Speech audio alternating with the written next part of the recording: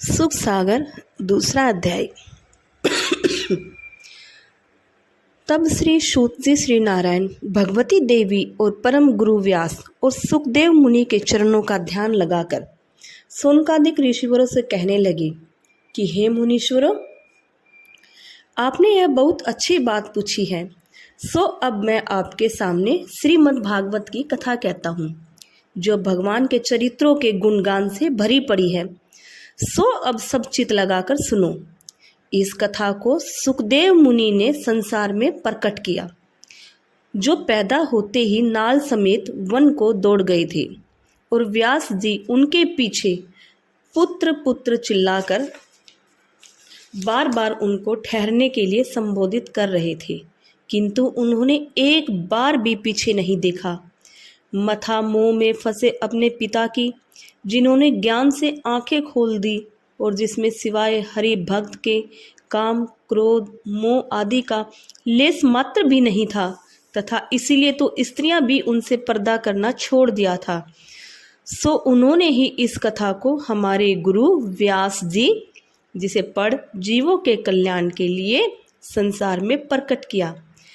इतनी कथा सुनकर ऋषिवर कहने लगे कि हे सूत जी, आपने अभी बतलाया वे तो जन्म लेते ही वन में चले गए, तब वे अपने स्थान पर किस प्रकार आए और आपने इस कथा को किस प्रकार श्रवण किया, सो कृपा कर उसका सारा हाल हमें बताइए, जिसे सुनकर हमारा यह संदेह दूर हो। यह सुनकर सूत जी कहने लगे कि मुनीश्वरों, एक दिन नारद मुनि विचरते हुए सुखदेव जी को मिल गए, तो उन्होंने उससे पूछा कि हे मुनिराज, ऐसा कोई ज्ञान बताइए जिससे भगवान के चरणों में परम प्रीति उत्पन्न हो जाए। यह सुनकर नारद जी ने कहा, सुखदेव, ऐसा ज्ञान आपके पिता व्यास जी अच्छी तरह जानते हैं, क्योंकि हमने उनको बतला दिया है, इसीलिए आप उनसे जाकर पूछे। नारद जी की यह बात सुनकर सुखदेव जी व्यास के पास आ गए और चरणों में गिरकर कहने लगे, पिताजी, आप कृपया करके हमें ऐसा उपदेश दीजिए जिससे भगवान के चरणों में निश्चल भक्ति हो जाए। यह सुनकर व्यास जी ने कहा, पुत्र, श्रीमद् भागवत पुराण से बढ़कर ऐसा कोई भक्ति और मुक्ति दाता दूसरा ग्रंथ नहीं है। ध्यान देने योग्य बात है, श्रीमद् भागवत पुराण से बढ़कर ऐसा कोई भक्ति और मुक्ति दाता दूसरा ग्रंथ नहीं है, इसीलिए तुम्हें इसे पढ़ना चाहिए। बाद में व्यास जी ने उनको श्रीमद् भागवत की कथा अच्छी तरह पढ़ाई, जिसे सुनकर और जिस समय वे उनको यह कथा पढ़ाया करते तो मैं भी सुना करता, जिससे मुझे ये अच्छी तरह याद हो गई।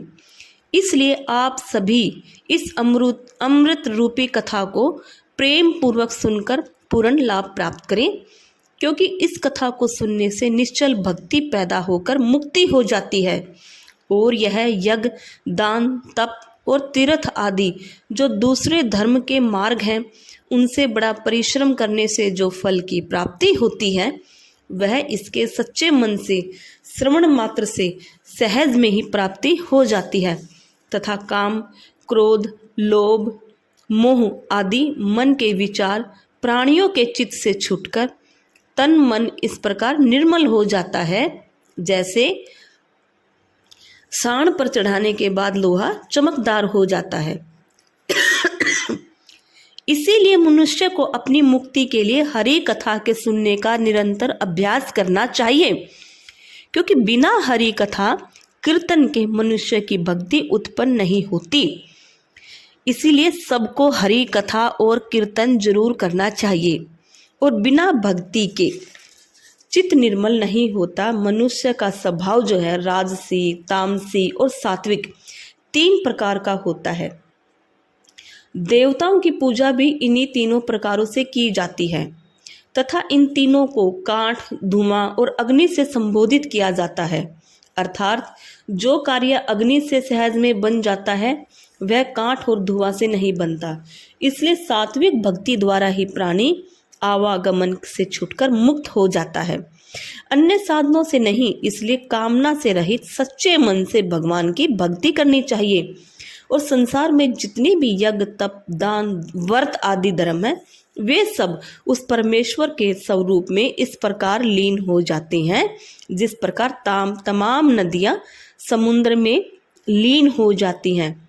सो उपरोक्त राजसी और तामसी भक्ति सकाम होती है और उनमें संसारी सुखों की प्राप्ति होती है, किंतु कामना रहित सात्विक ही एक ऐसी भक्ति है जो भगवान के चरणों में अटूट प्रेम होकर सदा के लिए प्राणी संसार के बंधनों से मुक्त हो जाता है। जय श्री राधे।